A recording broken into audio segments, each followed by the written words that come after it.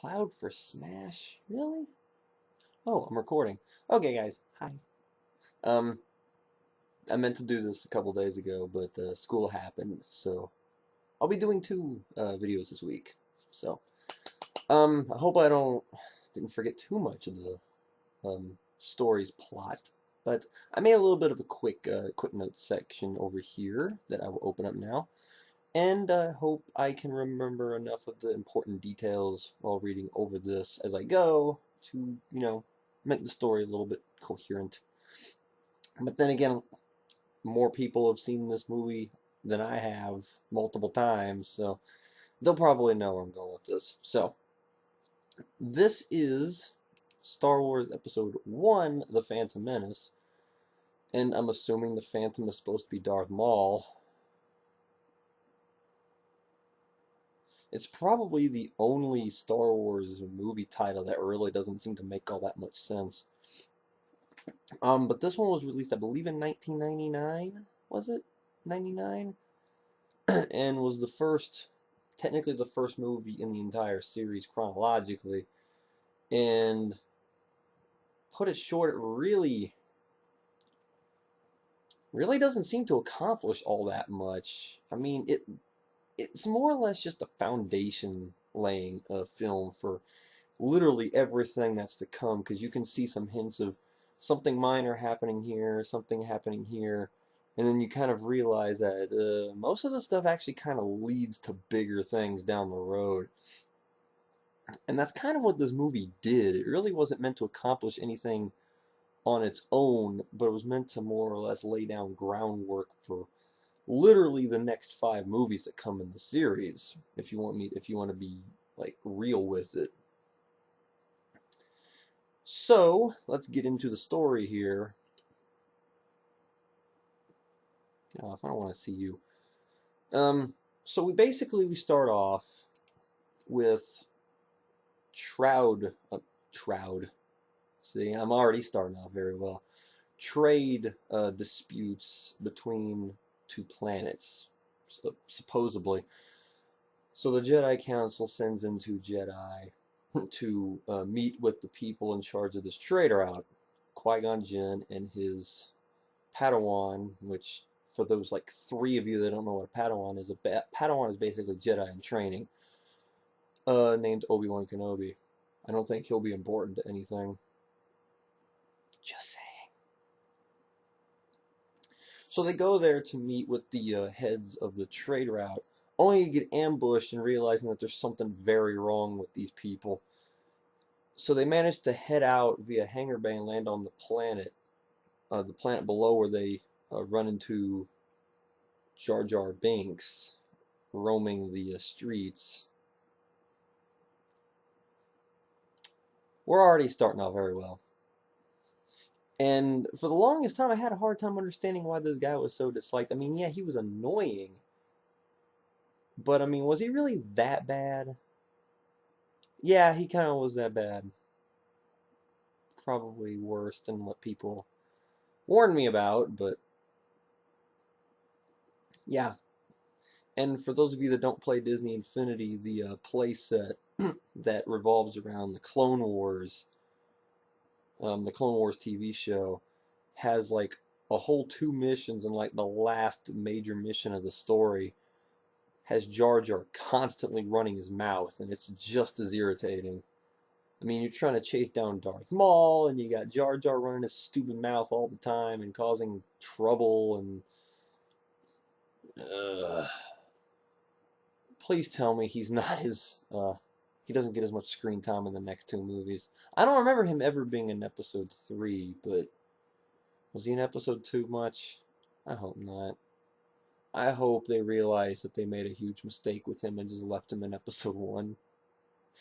There is a funny moment, though, in the second Star Wars playset, the one that's basically an abridged version of the classic trilogy, where if you go to Jabba the Hutt's palace, there'll be one wall with a bunch of tables and jewel vases or vase, depending on what kind of person you are.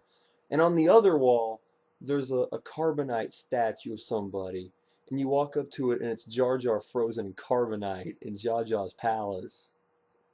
and Jar Jar's palace and Jabba the Hutt's palace. I'm getting my names mixed up here. And I saw that the first time I went into his place, and I thought that was hilarious. So, those of you that want to laugh, that's what happened to Jar Jar Binks. Jabba the Hutt's got him. I had to laugh at that. I had to tell you guys that too. So basically, what's going on here is that this planet that they were on, forgot its name. Tell me what it is in the thing below. It's basically Amidala's planet, whatever. The people running the trade route are trying to invade it via orders of Emperor Palpatine, who is the main villain of the first 6 movies. Don't know about episode 7 yet. I hope not, because he's kind of dead, but spoilers on episode 6, but everybody knows that at this point. So, of course, there's definitely something very, very off about all of this. Once they go, Jar Jar leads them, Qui-Gon and Obi-Wan, to his city, more or less. It's like an underwater town, only to find out he was banished for being a clumsy moron. That's a very good reason to get rid of him, because he's not just your average clumsy moron. Remember that episode of Fairly Odd Parents where Timmy's mom was trying to raise a garden, and she was like, "Everything I touch dies." Well, that's kind of what he is. Every time he touches something, it blows up, it falls to pieces. He's literally a walking train wreck. They arrest Jar Jar for coming back, and their fat leader thing, I don't even know his name, but he was annoying to listen. He was annoying to listen to.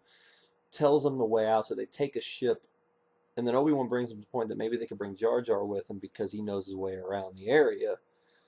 That way they can spare Jar Jar's life as well. So they manage to free him and bring him along, to the dismay of every other human being on planet Earth. He kind of helps lead them back out, and they go talk to Queen Amidala, telling her that there's something wrong here. It would be great if we could take you to the Jedi Council or the Council of the Republic to try to speak your plea about this, because there's people who represent these traitors on the council, try to get this settled out through a government, and of course that never works out, and it doesn't work out.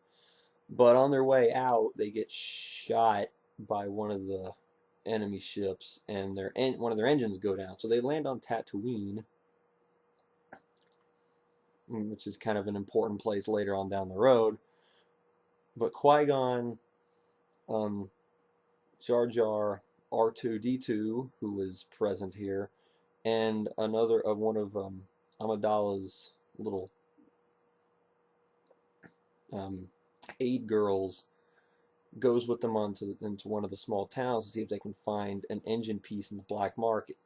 They run into one with a flying, ugly, fat Smurf who calls on a little boy, after they were looking around, and this boy turns out to be Anakin Skywalker. You little tiny Anakin Skywalker. Well, don't you just look precious? I mean, once you grow up, you could probably do whatever you want, or take over whatever you want. This kid is going places. Not good places, but he's going places. They don't have the right kind of currency to buy this engine piece, though, as he does have one, because, well, this planet is not under control of the Galactic Council, so their currency doesn't work here. So they try to figure out a way to get it. Qui-Gon finds out that Anakin has built a speeder, and he's actually a very intelligent young kid. He built C-3PO, who him and R2-D2 get acquainted, and R2-D2 is already trolling him. And thus the great comedy duo of Star Wars was born. But Anakin says that there's like a great race that they do every so often there. And he has a speeder that he believes is the fastest one ever built and that he can win with it. So Qui-Gon manages to talk to Fat Blue Flying Smurf about setting up a deal about if he wins, then I get the ship for free. And then he also found out something about Anakin, is that the Force is rather strong with him. And then he asks Obi-Wan to uh, get a blood count for midichlorian, and this is something probably one of the most controversial things about this movie and the entire prequel trilogy, and I will get into my thoughts on that probably after I finish watching all 6 movies, so I can get an idea of how they describe the Force in the original trilogy. But how they described it here is that it was a parasitic life form, well, not parasitic, a symbiotic life form that needs them to live, and it gives them the ability to access basically a form of aura, I guess. And the more midichlorian that are in their blood system, the more easy it is for them to access the Force, which, don't quote me on this and feel free to correct me in the comments, but in the original trilogy, I think they just described the Force as a thing that you could just sense, like it's like a psychic kind of thing or something, and then they turn it into a creature that gives you the ability to access some kind of aura or something. It's a weird, very strange change of direction from what they gave us in the original trilogy. Now, I'm going to touch upon my thoughts on this whole midichlorian thing after I watch all 6 movies, and then formulate my own thoughts and opinions on the matter. But it does feel like it kind of takes the mysticism out of what the Force was supposed to be. But the thing about that is, though, mysticism in a very futuristic, science-heavy story doesn't really seem to fit too well. But then again, like I said, I'll touch upon this later because this is a very controversial issue amongst Star Wars fans and, just anybody a fan of the series alike. So Anakin does fix up his ship before Qui-Gon adds one more thing to the bet. If Anakin wins, then he comes with them to the Jedi Council. But if Anakin loses, then Qui-Gon, or no, Smurf dude gets their ship that they're trying to repair. But he believes in Anakin. But the guy who's kind of like the top dog in all this, Dudley Do-Right, no, not Dudley Do-Right, that's not even close. Dick Dastardly. There we go. I'm gonna call him Dick Dastardly. Kind of pulls a plug on one of his engines and kind of sabotages beforehand. So as the race begins, his land speeder? No. Pod racer. There we go. Terms are slipping out of my head left and right. I should stop angling my head so I can keep them in. I mean, his land speeder doesn't run because of that. But Anakin, being the technical genius that he is at the time, fixes it and takes off. The engine ends up, breaking apart after on the final stretch of the last lap, and he somehow manages to get it situated. I don't know how he did it, but he did it. He won the race. I felt like this scene kind of went on a little bit too long. It felt like it was just kind of there to waste a little bit of time so they didn't, have to do enough later on down the road. I mean, it was exciting, but I did feel like it kind of overstayed its welcome a little bit too long. But still, Anakin gets his freedom, they get their ship piece, and they're off to,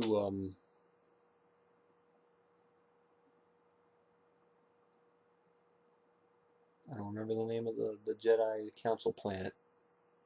Oh, these names will come to me more and more as I watch the next 2 movies. I hope. But once they get there, Mace Windu and Yoda interview Anakin, and they come to an agreement that he is possibly the chosen one. Now, there is a Jedi prophecy that says that one with a strong enough tie to the Force can bring balance to the Force between Jedi and Sith. Speaking of Sith, though, I kind of forgot something I was meaning to hit on. As they were leaving, though, Palpatine sent his apprentice Darth Maul down to Tatooine to intercept the Jedi because they had a feeling that's where they were. What Palpatine is trying to accomplish here is that he's trying to kidnap Queen Amidala for her to sign a treaty that would make it legal for these traitors to invade and enslave the planet that she's the ruler of. So they're trying to kidnap her and force her to sign it. Darth Maul is the one hunting down the Jedi and Queen Amidala. So Qui-Gon gets into a small scuffle with him before they take off. Yoda and Mace Windu aren't believing that the Sith are really there, but after Qui-Gon had contact with him, then they believe that the Sith is back. That they've been gone for what centuries? I think they were saying decades, centuries, something like that. And they're just now returning, more or less. You guys have no idea. I mean, look at who you're interviewing. What's the next thing on my list here again? Oh, yes. Queen Amidala talked to the council while Chancellor Palpatine... Actually, they refer to him as Darth Sidious. Without spoiling, too much of what happens in episode 3, 4, 5, and 6. But his actual Sith name is Darth Sidious, and he's known as Palpatine. I forgot his first name. I heard it was something stupid, though. But he explains to Amidala like the corruption behind all of the stuff in the council, and then she calls for the current chancellor to be removed due to corruption or something, and nominates, or Palpatine gets nominated. She feels like nothing can be done here, that the council let her down, so she decides to go back to her planet and handle things her way. While Qui-Gon is trying to convince Mace Windu and Yoda to let him train Anakin, they feel like Anakin's negative emotions for leaving his mother behind will cause a problem. As he says, strong sadness could learn to anger, fear, madness, and all this stuff, and that's like a direct path to the dark side. Boy, is Yoda right on the money with that one.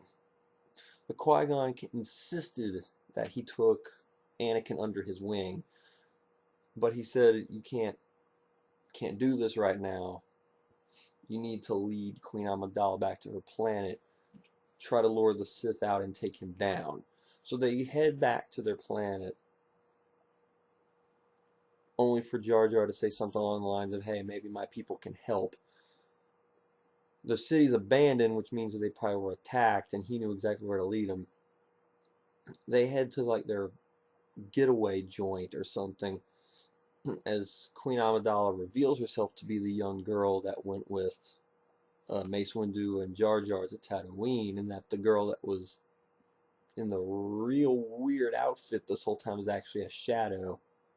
So we're getting some Shinkenger or Power Ranger Samurai stuff going on here. And she convinces the frog people, I forgot their race name. A lot of these names for planets and species names and everything are just going over my head here. But they agree to fight alongside them, to form a union between the two people. So the two Jedi, Anakin and Amidala, or Padme as her name is, and her people go to the palace to try to attack or get rid of the trade leaders, as they're now on the planet, enslaving people and everything. They get into a big fight with some droids along the way before they open a shutter door to go to one of the temples with Darth Maul standing there waiting for him. Padme leads her crew, offward to try to find another way to the traders, while Obi-Wan and Qui-Gon handle Darth Maul. While all this is going on, a lot of her shipmen are up there trying to destroy a droid hot point, like a Wi-Fi point. It's like controlling their AI and whatever. Anakin got into a ship that was autopilot to go up there, and he manages to accidentally destroy the base and shut down the droids. So that worked. Padme and her crew find the traitors and hold them hostage, while Qui-Gon and Obi-Wan are dealing with Darth Maul, or the or the Sith Porcupine. Original character, do not steal. Original Sonic character, do not steal. Sith the Porcupine. Oh boy, what have I gotten myself into? So it's actually a very impressive fight scene up until the point where these little laser shutter door things happen. And they had that Duel of Fate song playing during this, and I love that track. It's definitely captures the intensity of lightsaber duels. But they get to a point where one gets in between Darth Maul and Qui-Gon, and it just stops the movie, and it's kind of like an awkward moment. He just sits Indian style, like meditating, and Darth Maul's just like snarling at him the whole time. And Obi-Wan was stuck behind the first one, so as they open up, he races to him as fast as possible. But he can't get there in time before Qui-Gon and Darth Maul get it on again. Darth Maul manages to get a shot in on Qui-Gon, stabbing him in the stomach as he collapses. Of course, Obi-Wan just watches his master get gunned down, stabbed down, shanked. Sith shank. So when the laser door goes away, Obi-Wan, of course, a little bit vengeful, goes after him and manages to snap his bow saber in half. Darth Maul tosses him down the little tunnel, and he's hanging on for dear life, more or less. But he manages to use the Force to grab his lightsaber and pull himself up and slash Darth Maul at the waist. He falls down the hole in 2 pieces, and we'll never see him again. He comes back in the Clone Wars show. I don't know. I haven't watched this. But now that Qui-Gon is dead or dying, he makes his last. Well, I don't remember exactly what he told Obi-Wan, but Obi-Wan insisted that he teach Anakin. It was what Qui-Gon wanted, and Yoda agrees to let him do it, having no idea what he just started. Ding. Cruddy. Cruddy. So they perform a celebration, giving Padme's people, giving Jar Jar's people like a treaty bond jewel thing or something. And they have a send-off funeral for Qui-Gon, where Obi-Wan tells Anakin that he has been assigned to train him, and Yoda and Mace Windu agree that the Sith are back and they need to be more careful now. So that's a very poorly retold version of the episode 1 story, but it was enough to get my point across. A couple of things that were laid down here that are going to be touched upon heavily later on. One thing, Palpatine does get the Senate spot, the Chancellor spot, which will lead to many problems later on down the road, obviously. The Obi-Wan Anakin Jedi, good grief, I'm forgetting my terminology like crazy here. Padawan Jedi relationship was started right there. The R2-D2-C3PO partnership was started, and Anakin and Padme's closeness was, ever since the first time they spoke to each other, it seemed like that they had a little bit of a fondness towards each other, and that definitely grows into something later on. My hair looks like crap right now. I need to shower after I do this.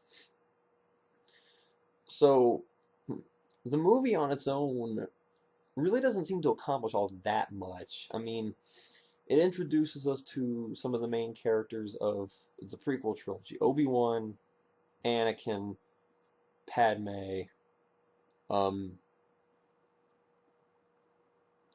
Yoda and Mace Windu were introduced, and a few other things here and there. On its own, it really doesn't seem to accomplish too much aside from introducing things and laying down stuff that the rest of the series, especially the prequel trilogy, will follow and develop upon. And it really did have some dead spaces in it, especially a lot of the parts where they were walking through uh, Tatooine, just kind of talking and trying to figure things out. The race scene, while it was even still, for being a movie that was made in 1999, it's still actually visually impressive. A lot of the CGI, though, did look a bit dated. Um, some of the things with Jar Jar and his people and that fight scene between them and the droids in the open field, you could kind of see the age of the CGI. Um, but that's nothing you can really harp on. That's just something that's going to happen. That's just something that's going to happen as time goes on, especially with how um, clear and fluid and realistic-ish or that CGI has become 16 years later. Man, episode 1 is 16 years old, man. Let that sink in. Um, it's definitely shown its age, but the the race scene is actually held up pretty well. But like I said, it did overstay its welcome a little bit too much. The movie really, it really didn't pick up until the Darth Maul fight between Qui-Gon and Obi-Wan at the end.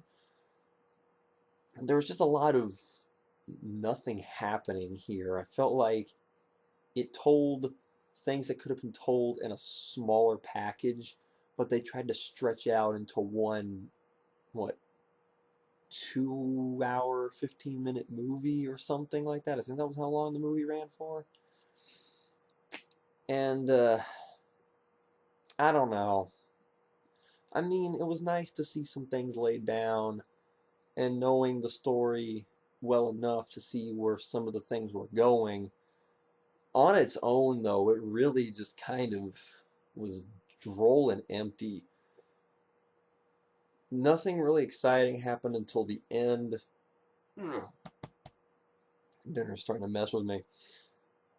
And Jar Jar being there for mostly the entire movie with his just constant stupidity and his annoying voice. Ugh.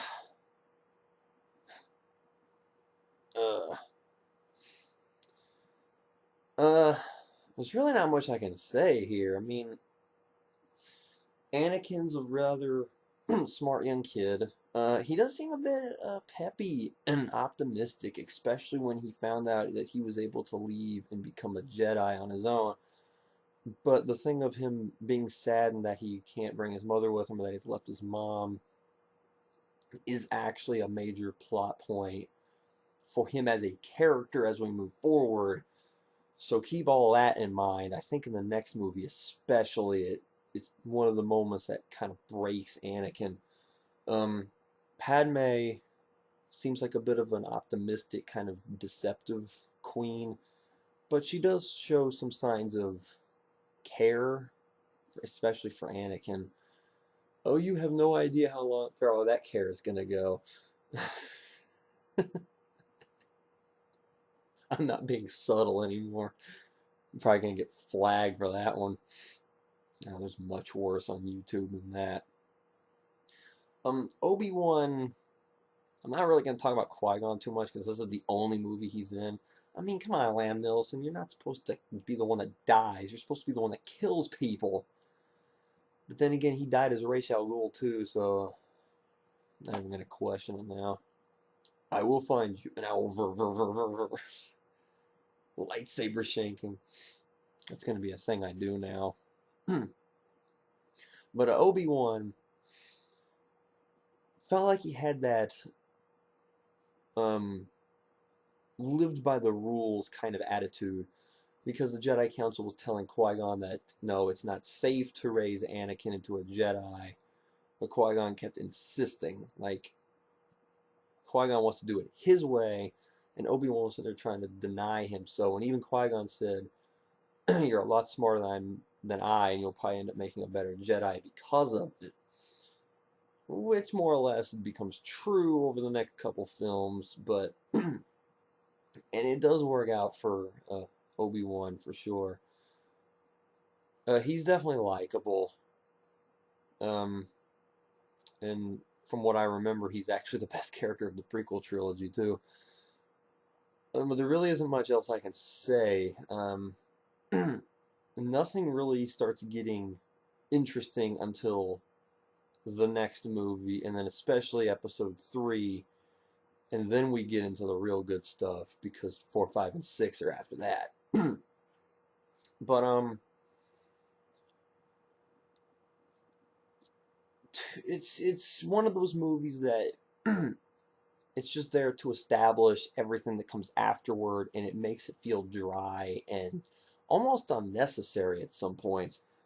And I think that goes back to why I was saying that the race scene seemed like it was a little bit too long. It's probably because they didn't feel like they have enough to, make this movie as long as they wanted to. So they took this one scene and kind of took it as far as they could reasonably. It didn't even really feel like a Star Wars movie, to be perfectly honest, until near the end, where we had that fight scene in space with the droid headquarters, and then the very exciting fight scene between the two and Darth Maul. And then we had that very episode 4-esque celebration at the end. Kind of symbolic that the first movie of 2 trilogies ends with a celebration. But yeah, there's really not much I can say about this movie, because there really isn't much, they didn't really give us enough. They didn't really give us much to make anything of, so there's really nothing I can say. It's just establishing characters, establishing plot lines, and that's it. Episode 2 and 3 is where things get going. So I can't say much. Phantom Menace. I wonder if Jar Jar is the Phantom Menace.